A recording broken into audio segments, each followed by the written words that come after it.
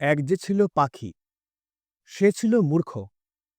সে গান গাহিত, শাস্ত্র পড়িত না, লাফাইত উড়িত, জানিত না কায়দা কানুন কাকে বলে। রাজা বলিলেন, এমন পাখি তো কাজে লাগে না, অথচ বনের ফল খাইয়া রাজহাটে ফলের বাজারে লোকসান ঘটায়। মন্ত্রীকে ডাকিয়া বলিলেন, পাখিটাকে শিক্ষা দাও। রাজার ভাগিনাদের উপর ভার পড়িল পাখিটাকে শিক্ষা দিবার। পণ্ডিতেরা বসিয়া অনেক বিচার করিলেন। প্রশ্নটা এই, উক্ত জীবের অবিদ্যার কারণ কি? সিদ্ধান্ত হইল, সামান্য খড়কুটা দিয়া পাখি যে বাসা বাঁধে, সে বাসায় বিদ্যা বেশি ধরে না, তাই সকলের আগে দরকার ভালো করিয়া খাঁচা বানাইয়া দেওয়া। পণ্ডিতেরা দক্ষিণা পাইয়া খুশি হইয়া বাসায় ফিরিলেন। শ্যাকরা বসিল সোনার খাঁচা বানাইতে। খাঁচাটা হইল এমন আশ্চর্য যে দেখিবার জন্য দেশ বিদেশের লোক ঝুঁকিয়া পড়িল। কেহ বলে শিক্ষার একেবারে হদ্দমুদ্দ, কেহ বলে শিক্ষা যদি নাও হয় খাঁচা তো হইল, পাখির কি কপাল। শ্যাকরা থলি বোঝাই করিয়া বকশিস পাইল। খুশি হইয়া সে তখনই পাড়ি দিল বাড়ির দিকে। পণ্ডিত বসিলেন পাখিকে বিদ্যা শিখাইতে। নস্য লইয়া বলিলেন, অল্প পুঁথির কর্ম নয়। ভাগিনা তখন পুঁথি লিখকদের তলব করিলেন। তারা পুঁথির নকল করিয়া এবং নকলের নকল করিয়া পর্বত প্রমাণ করিয়া তুলিল। যে দেখিল সেই বলিল, সাবাস, বিদ্যা আর ধরে না। লিপিকরের দল পারিতোষিক লইল বলদ বোঝাই করিয়া। তখনই ঘরের দিকে দৌড় দিল। তাদের সংসারে আর টানাটানি রইল না। অনেক দামে খাঁচাটার জন্য ভাগিনাদের খবরদারির সীমা নাই। মেরামত তো লাগিয়াই আছে। তারপরে ঝাড়া মোছা পালিশ করা ঘটা দেখিয়া সকলেই বলিল, উন্নতি হইতেছে। লোক লাগিল বিস্তর, এবং তাদের উপর নজর রাখিবার জন্য লোক লাগিল আরও বিস্তর। তারা মাস মাস মুঠা মুঠা তনখা পাইয়া সিন্ধুক বোঝাই করিল। তারা এবং তাদের মামাতো খুড়তুতো মাস্তুতো ভাইরা খুশি হইয়া কোঠাবালাখানায় গদি পাতিয়া বসিল। সংসারে অন্য অভাব অনেক আছে, কেবল নিন্দুক আছে যথেষ্ট। তারা বলিল, খাঁচাটার উন্নতি হইতেছে, কিন্তু পাখিটার খবর কেহ রাখে না। কথাটা রাজার কানে গেল। তিনি ভাগিনাকে ডাকিয়া বলিলেন, ভাগিনা, এ কি কথা শুনি? ভাগিনা বলিল, মহারাজ, সত্য কথা যদি শুনিবেন তবে ডাকুন শ্যাকরাদের, পণ্ডিতদের, লিপিকরদের ডাকুন, যারা মেরামত করে এবং মেরামত তদারক করিয়া বেড়ায়। নিন্দুকগুলো খাইতে পায় না বলিয়াই মন্দ কথা বলে। জবাব শুনিয়া রাজা অবস্থাটা পরিষ্কার বুঝিলেন, আর তখনই ভাগিনার গলায় সোনার হার চড়িল। শিক্ষা যে কি ভয়ঙ্কর তেজে চলিতেছে, রাজার ইচ্ছা হইলে স্বয়ং দেখিবেন। একদিন তাই পাত্র মিত্র অমাত্য লইয়া শিক্ষাশালায় তিনি স্বয়ং আসিয়া উপস্থিত।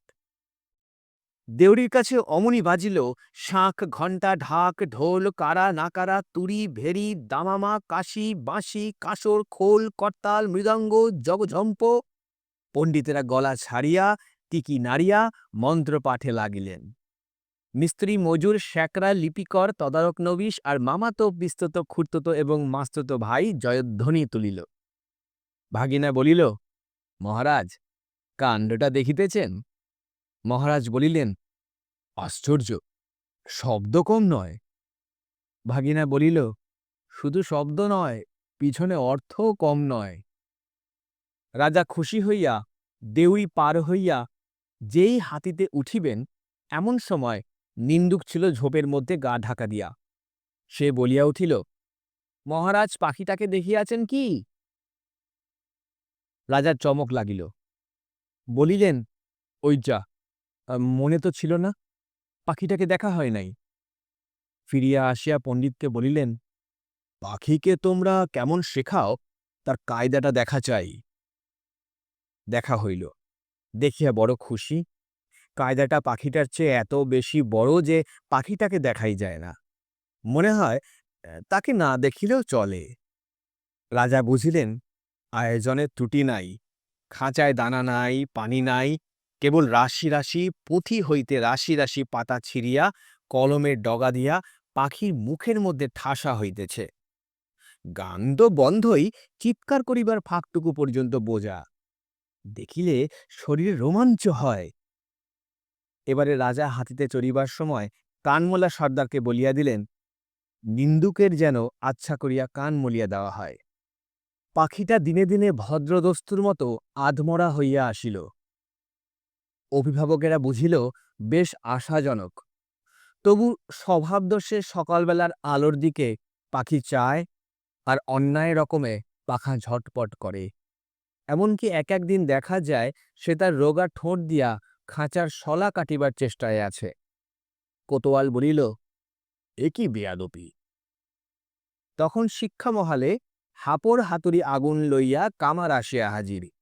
কি দমাদ্দম পিটানি! লোহার শিকল তৈরি হইল। পাখির ডানাও গেল কাটা। রাজার সম্বন্ধীরা মুখ হাড়ি করিয়া মাথা নাড়িয়া বলিল, এ রাজ্যে পাখিদের কেবল যে আক্কেল নাই তা নয়, কৃতজ্ঞতাও নাই। তখন পণ্ডিতেরা এক হাতে কলম, এক হাতে সরকি লইয়া এমনি কাণ্ড করিল যাকে বলে শিক্ষা। কামারের পসার বাড়িয়া কামারগিন্নির গায়ে সোনাদানা চড়িল এবং কোতোয়ালের হুঁশিয়ারি দেখিয়া রাজা তাকে শিরোপা দিলেন। পাখিটা মরিল। কোনকালে যে কেউ ঠাহর করিতে পারে নাই। নিন্দুক লক্ষ্মী ছাড়া লটাইল, পাখি মরিয়াছে। ভাগিনাকে ডাকিয়া রাজা বলিলেন, ভাগিনা, এ কি কথা শুনি? ভাগিনা বলিল, মহারাজ, পাখিটার শিক্ষা পুরা হইয়াছে। রাজা শুধাইলেন, ও কি আর লাফায়?